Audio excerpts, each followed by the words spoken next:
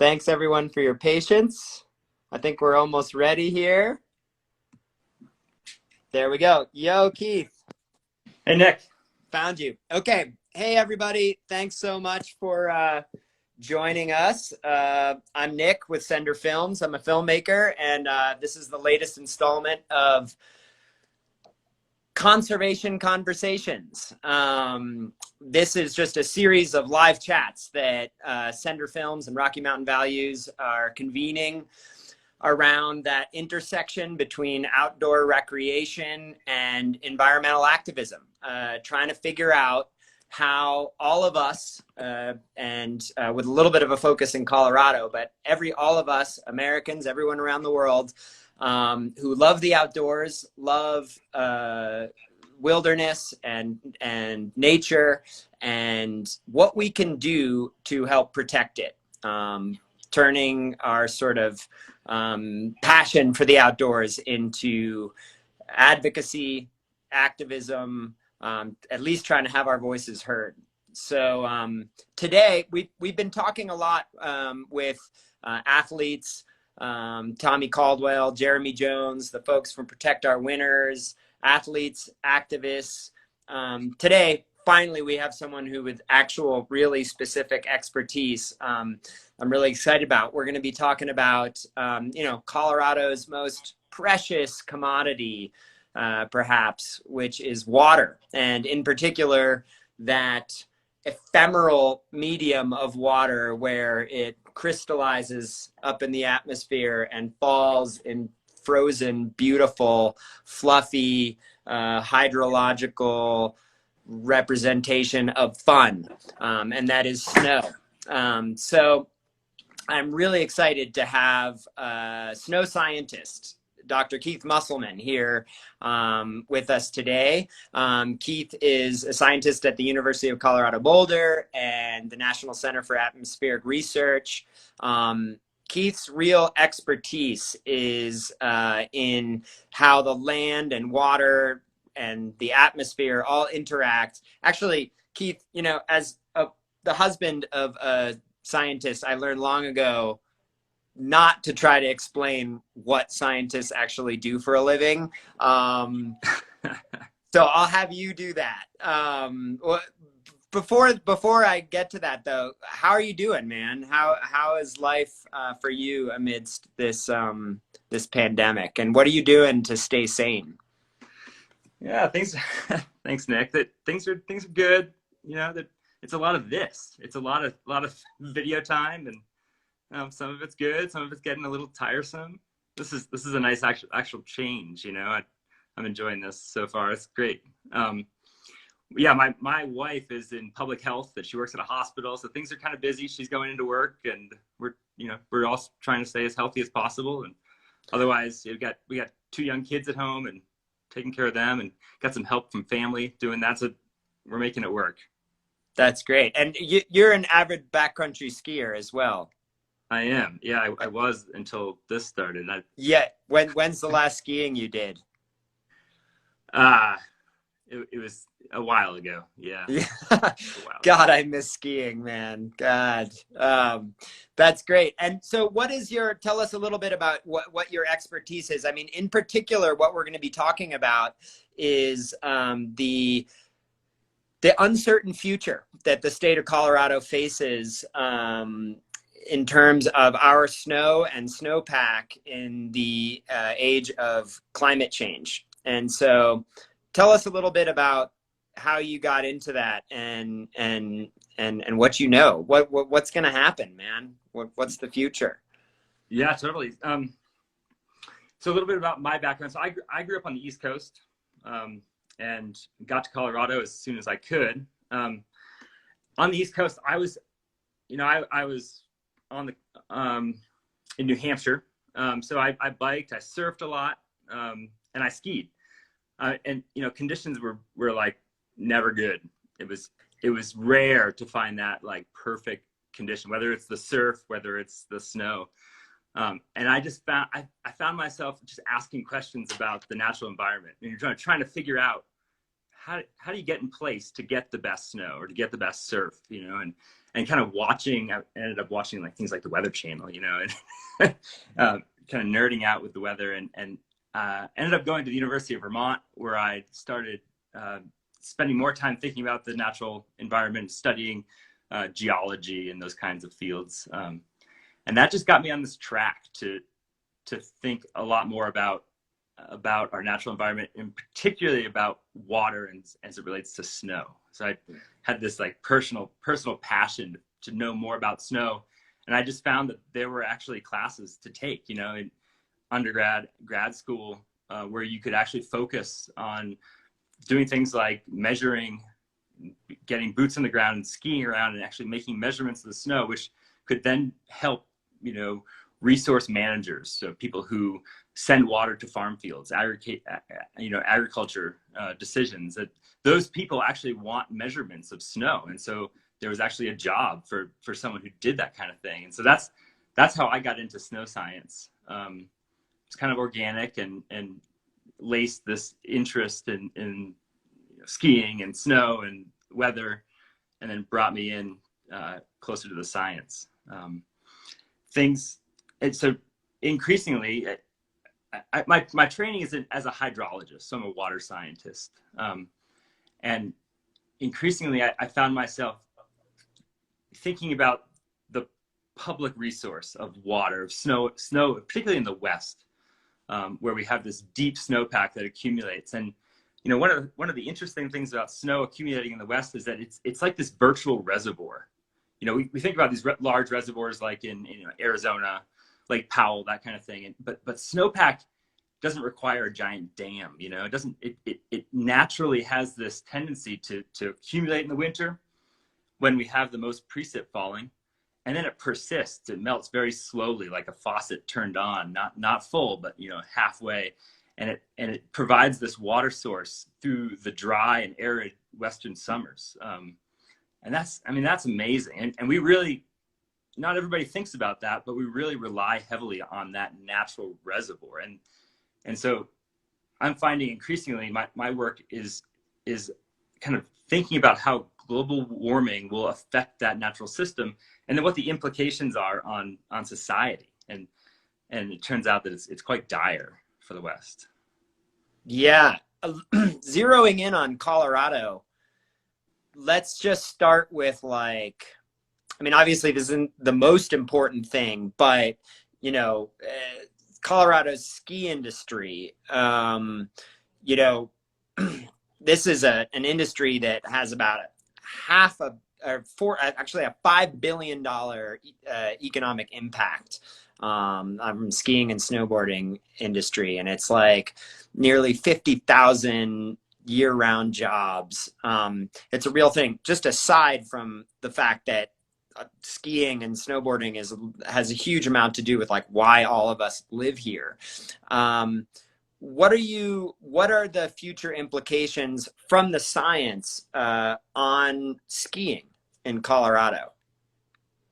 Yes, it's a great question. It's such a huge economic driver for the state, that the implications are quite large. I think the biggest challenge that Colorado faces is in how other regions are being affected. And so Colorado, everyone's drawn to Colorado for a couple of reasons. One is that there's high country, you know, so high elevation is colder, high elevation has more snow. And so Colorado's got this like, you know, pinnacle of high mountains, deep snowpack that persists, kind of sticks around late into the season. This great spring skiing. I'm missing that right now. But other regions are lower elevation, you know, the mom and pop ski areas where I grew up skiing, where I cut my teeth, you know, and then started getting this like itch to go find bigger terrain, bigger snowpack. And it's those lower elevations where, you know, maybe they don't have as much water, they don't have the cold temperatures to make the snow. And it's those places that are going to start shuttering, and shuttering like in the next couple of decades. You know, it's going to be, and we're already seeing that to some extent. And those are the feeder systems to these large Colorado industries. to the skiers, to the Aspens and the Vales and the Arapahoe Basins. It's the small mom and pop shops around the West and around the whole country that feed Colorado. And so in a future climate, because of that cold air and that high elevation in Colorado, we're going to do okay compared to some of the other places. We're going to still be skiing. There's going to be powder. There's going to be skiing. The resorts, most of them will still be open. What we'll start seeing in Colorado is the bases. We'll start seeing warming to the extent where now you're maybe not getting into the freezing zone quite as often, or you're kind of flirting with rain on some of those bigger storms. And some people who've lived in like Vail, maybe more Eagle, have started to see that already. I've heard reports of some of the older folks who've been there for many generations, or a generation, and have seen rain starting to fall in the winter where historically that didn't happen. And so that's where these ski areas will start to feel the pinch, is the lower elevations. And if anyone's ever skied Revelstoke or Whistler, like the best skiing is not at the bottom of the mountain. In fact, it's not even in the bottom half of the mountain. It's at the top.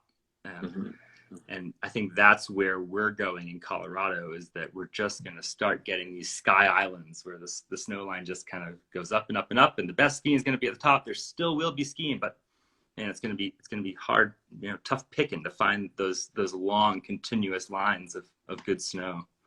Right. So it sounds like, okay, so here in Colorado, because of our high altitude, we're a little bit more insulated, at least for the next 2 decades, as far as like losing all of our snow, having the whole ski industry collapse in Colorado.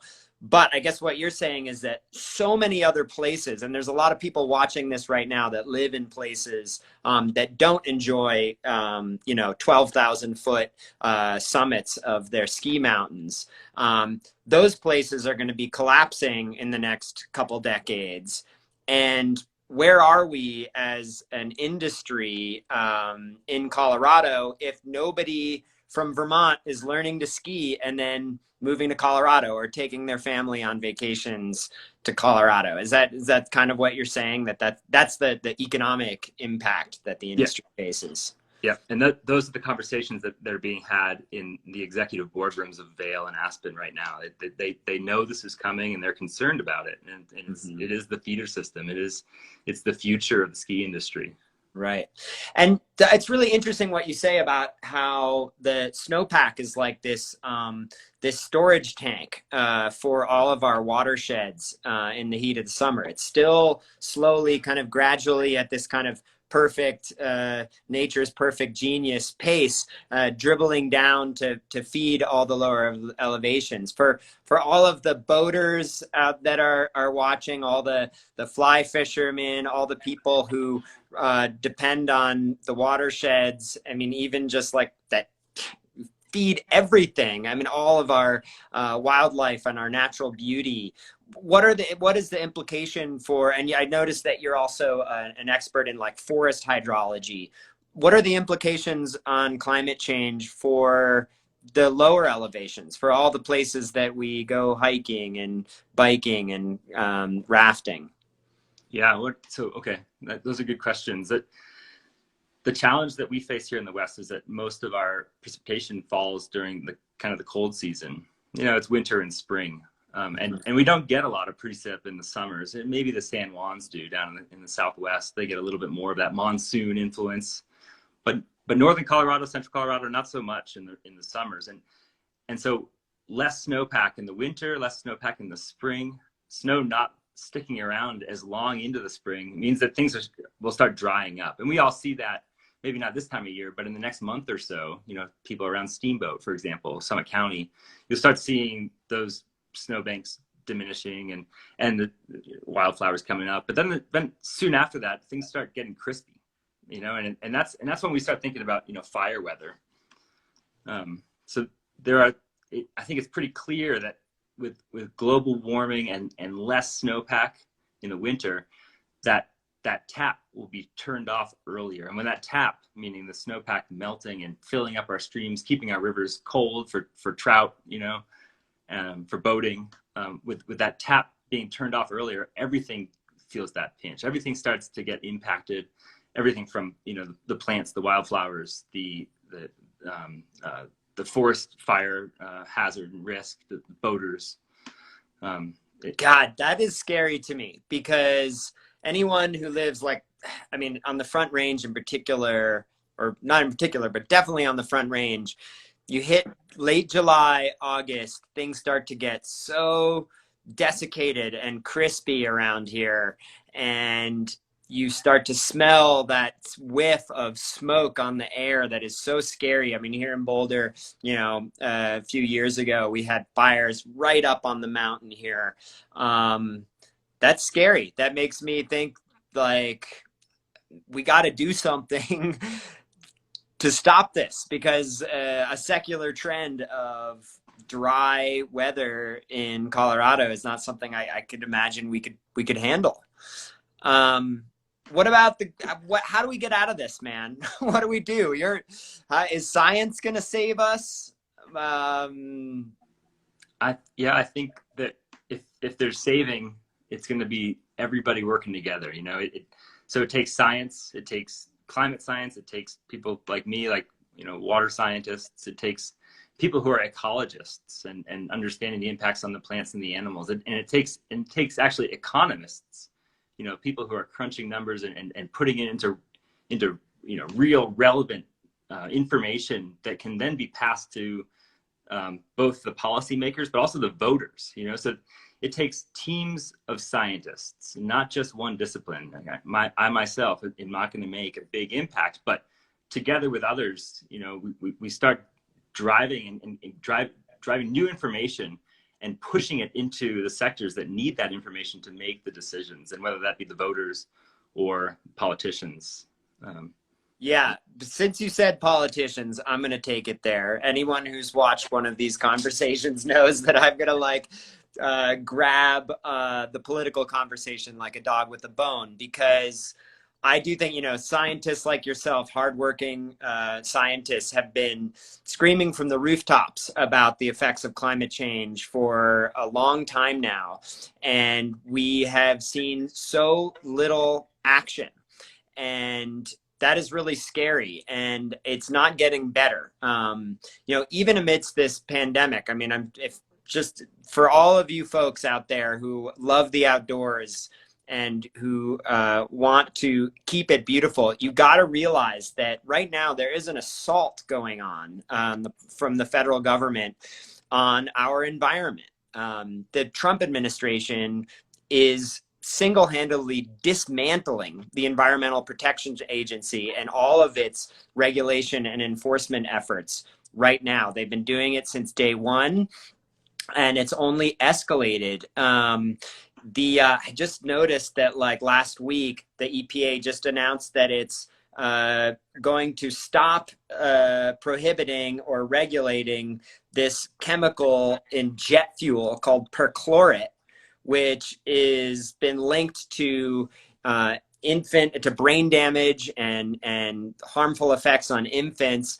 And right now, Andrew Wheeler, and Trump's administrator for the EPA, is just saying, no, it's all good. Go ahead and keep making that and letting it pollute our waterways. That's just one little thing. But as you know, the EPA has basically stopped enforcing environmental regulations right now. They've used the COVID pandemic as an excuse to just halt that completely. And so I don't know, as an American, and as someone who loves the outdoors, I'm just scared. And I think the only good news that we have is that it's 2020, it's an election year, and that means that our elected officials here in Colorado and throughout the United States are listening to us more than they usually would be, because they want to be reelected. And for everyone who's watching from Colorado, you should just remember that we have a Republican U.S. Senator, Cory Gardner, that represents us in Washington. He is up for reelection. And he has been basically, Cory Gardner, like in 2014, came in and his ads were like standing in front of a wind farm and promising to be a different kind of a Republican. And man, he has just voted down the line with polluters against environmental regulations, rubber stamping Trump's appointees like Scott Pruitt and Andrew Wheeler to the EPA, who are dismantling the EPA. And he takes a ton of money from the oil and gas industry, over $1.5 million so far. So I'm really sorry for that little diatribe. I just have to inject it every time because, Keith, I mean, what does it feel like to be a scientist these days in sort of an era when, at least in the Republican Party, there's this resurgence of like anti-science. You work hard every day with your big like supercomputers and your models trying to figure this stuff out. Do you feel like anybody's listening? Yeah. I do.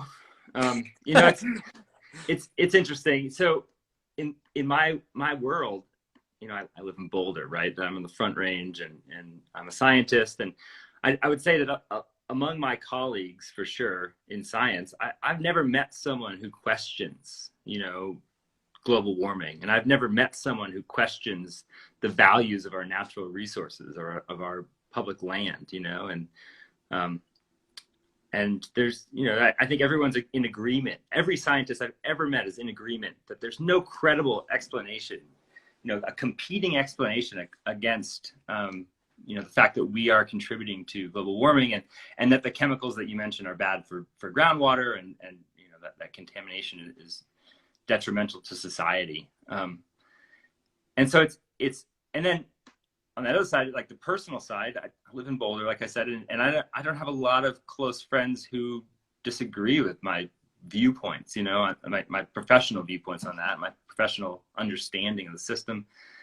And so I do feel a little isolated, but at the same time, I interact with a lot of scientists and I just feel like there's this community, and it's not a closed community in any form. It's just that everyone's thinking hard and working hard on these topics.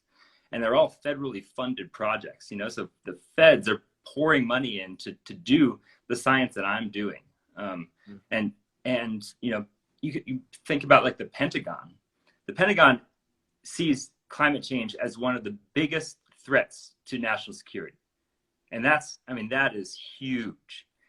But so how could we have an administration who disagrees with that? I mean, it's not surprising, right, that Trump disagrees with the Pentagon.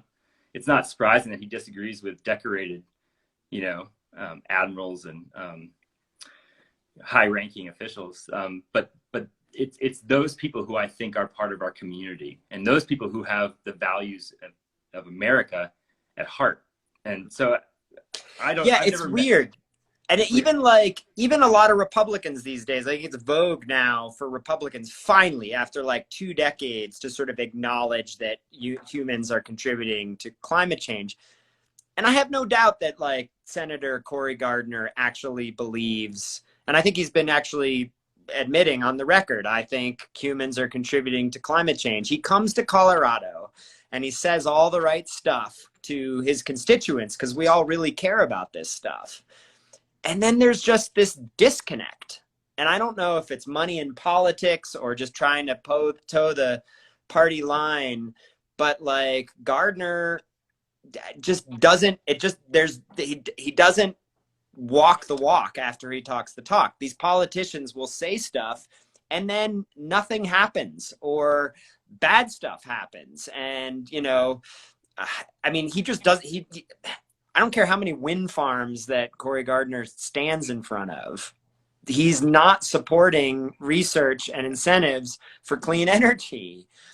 And he's voting with enthusiasm to put Scott Pruitt or Andrew Wheeler in charge of the EPA. And these things have such huge implications for us and our environment. And I just don't know. He's been, I think, a champion of like Fed funding for scientists, my wife told me, here in Colorado. So he's a very nimble politician.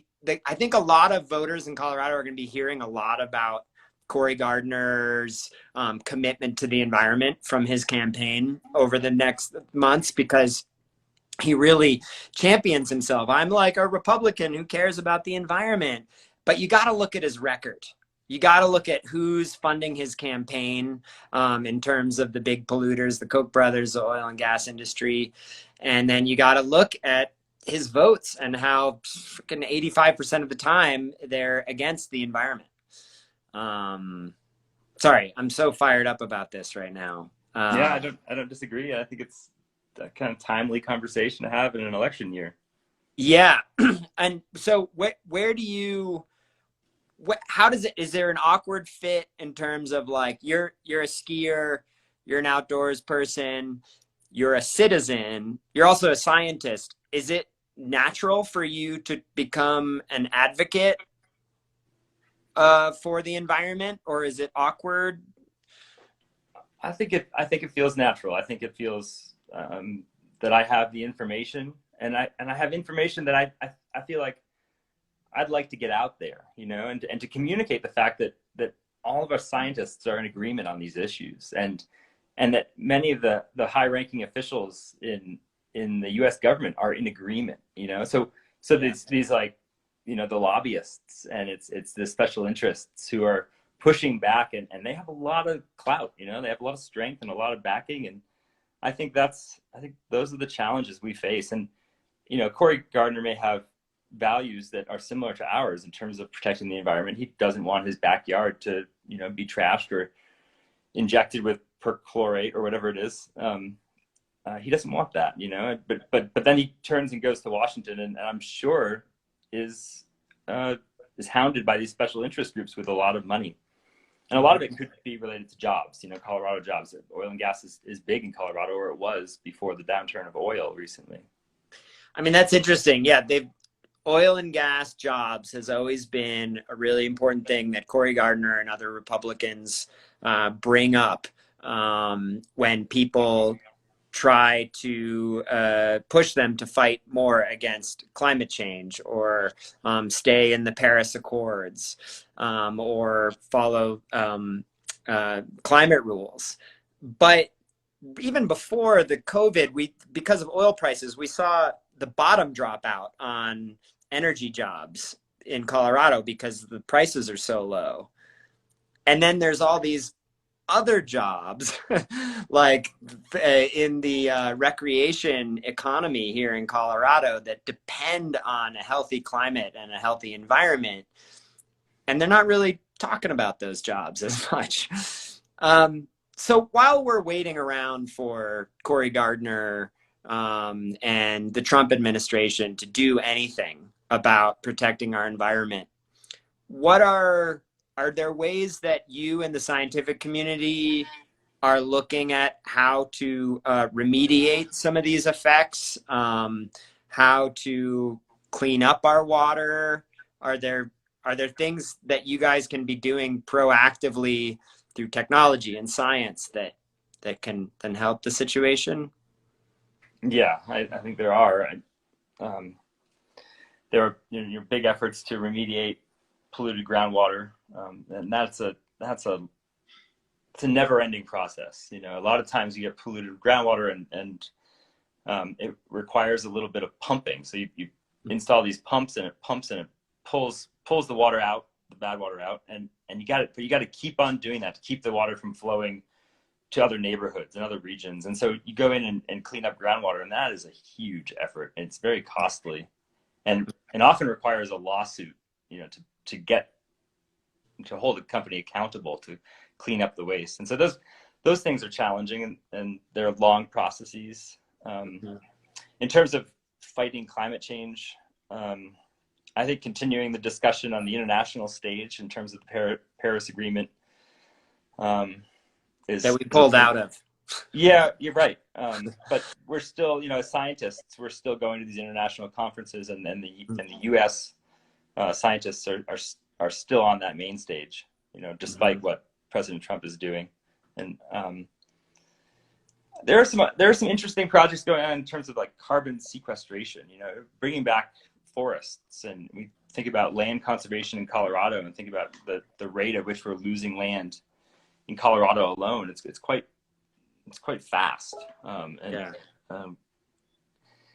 I think that bringing back forests and bringing back forests in the right place, thinking globally, there are some places where forests will grow and can bring down that carbon. So we're using a natural system to sequester or pull down that carbon and store it on the landscape instead of in the atmosphere. Hmm. Hmm. That's some hopeful signs. That's great. And what about, like, you're also, you know, you're a scientist, you're also a citizen. Have you been involved in any kind of a just grassroots scientist movements or citizen movements or outdoor, you know, in a lot of ways, it's kind of just up to us people. Are you involved in any of that stuff? Yeah, I would say the big thing that I'm involved in right now is protect our winters. I help with some of the training of volunteers. They've got a lot of new funding in recent years, and Protect Our Winters is not just rebranding, but really spinning up, and it's exciting to see what they're doing. That's this organization led by Jeremy Jones. Jeremy Jones. And yeah, we actually had our last conservation conversation. You guys can go on the Sender Facebook and catch that from last week. We had a good talk with Jeremy Jones, snowboard legend, founder of POW, and then Mario Molina, who's the executive director. Like you say, those guys are really at the tip of the spear of mobilizing outdoor activists, outdoor enthusiasts to be activists. Yeah, totally. So you go in and you inform POW members of so what's the process there? POW has been spinning up some trainings of volunteers, and these volunteers just go out and you know, get the word out. That they might post up at a you know, concert or at a ski resort. People might have seen them around this past winter. But I help with that. How about with the trainings? And so we usually have an athlete there who talks about their perspective on climate change, but also the sport, and then a climate scientist. And that's usually the role that I play, talking similar to what we've been talking about here, just giving them some talking points and a little bit of insight into what the science is behind the concern. That's cool. And I have noticed, like, a lot of the POW folks, you know, like Tommy Caldwell, and Caroline Gleek, a lot of these folks are really talking about something called the CORE Act, which is a big piece of legislation in Congress that would actually, here in Colorado, it would protect 400,000 acres of wilderness. And that's not just protecting the wilderness, but on the climate context, it's protecting that wilderness often from resource extraction and oil and gas drilling. And so trying to keep that stuff in the ground. And, you know, it should be known that the CORE Act, it passed the House of Representatives like 7 months ago. And it's been just sitting there languishing in the Republican-controlled Senate. And when I talked to Tommy Caldwell, Tommy has been down there to Washington trying to lobby these senators to get it going. And Tommy said, you know what? I think the number one obstacle to the CORE Act passing right now is Senator Cory Gardner, because this would have huge implications for Colorado. Without Gardner's support, it's not going to happen. And Gardner hasn't even let it go to the floor of the Senate for debate. I mean, he's just like, no. And so put your money where your mouth is, Senator Gardner. Like, you care about the environment. This is real protection of Colorado wilderness. Like, so it's an election year. It's 2020. You guys should be out calling Cory Gardner. It's easy to find his number for his offices in Washington, D.C. or in Colorado, call him and tell him that as a Colorado constituent, and even if you're just a person from out of state who cares about the CORE Act, you can still call him and tell him to at least give it put it on the floor of the Senate for debate. At least give it a debate and let people talk about it. So I think that's really important. Have you been kind of following the CORE Act or anything like that? I haven't. I read about it recently, but I have not been following it. That's interesting to hear. I do hope that it goes up for debate. You know, it seems like it's something that he would have interest in. It's his home state. You know, it's his home state. He cares about the environment, apparently. Like, where is he on that? Yeah. So I guess I'll tell the folks from Rocky Mountain Values to send us some questions from our awesome audience here. And hope we can get some of that going. And yeah, I mean, I think the goal here really for us in these conversations is to just, I mean, this is a weird time, you know, everybody's kind of sequestered in their homes. We're opening a little bit in different places here in Colorado, but it can feel kind of isolating. And if you're someone who cares about the environment and is trying to get involved ahead of the 2020 election, trying to make your voice heard in this political conversation, it can just feel kind of isolated. I mean, you can, you know, and so I'm isolated. I feel isolated from the general information environment and being able to go to live events and hear from public speakers and stuff like that. And so we're really trying to just keep this conversation going so that people in the outdoor community can figure out a way to speak as one voice, to have their voices heard, but also to coordinate. So, okay, we got here's a good question for Keith. Someone has asked, what are things that people can do to support your work? You're out there on the front lines of science, trying to figure out the implications of climate change on our snow in Colorado. What can we do to help you?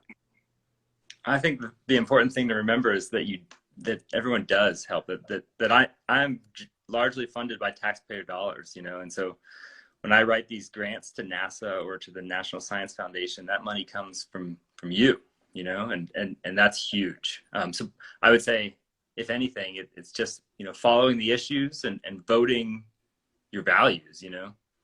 That helps us. That's great. That's great. Cool. So let's see. Any other questions from the audience for Keith? We're going to be keeping these things going over the next month, talking to more athletes, more experts on this issue. I'm basically doing this because I want to be educated and informed. You know, I feel like for me, just as a citizen, I care. I can call Senator Gardner once in a while, but I just want more resources and direction in terms of like what I can do. Let's see. Okay, question for Keith. Where can we see your work? So I want to know what Keith Musselman's doing. I've got a small website. It's not a great website, but it's keithmusselman.com. And I also have over at University of Colorado, I've got some sites where you can find out more about the work that I do. Cool. And when you're skiing in Colorado, what are your good stashes? Where do you go? Do you not want to talk about that? No, I ski a lot in the Front Range now with two young kids. I don't get away for the long missions to the San Juans as often as I would like, you know. I don't. But yeah, I kind of haunt the I-70 corridor up into some of the gulches and basins, or you don't have to go very far, but kind of get up by yourself and get away from the hustle. Are there any implications in terms of the warming trends on safety, snow safety, the snowpack, the quality of the snowpack, or for that matter, any other safety issues that we need to be worrying about? Yeah, I think, I'm not a snow safety specialist. I'm not an avalanche technician or anything like that, but coming from the snow science perspective, warming in Colorado is concerning because of the wetness of the snow. So a warmer, wetter snowpack in the middle of the winter can increase the likelihood of a wet slide. And wet slides are one of the most dangerous and unpredictable events in avalanche terminologies. And so I think that with a warming climate, we can think about us transitioning towards a maritime climate. And you think about maritime, you think about like the Cascades and the Sierra Nevada, where you're good to go after 24 hours of a storm because things settle up quickly.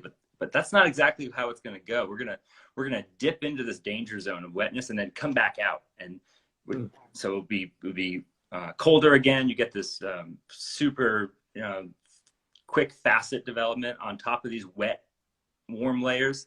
And then so now you've got not only a risk of wet slides during the warm periods, but then for the rest of the season, you've got this unstable near surface facet layer, or sometimes deep at the base. And that's not something that we typically see in Colorado. And it's a challenge. And I know it's a risk and a hazard that avalanche technicians are thinking about.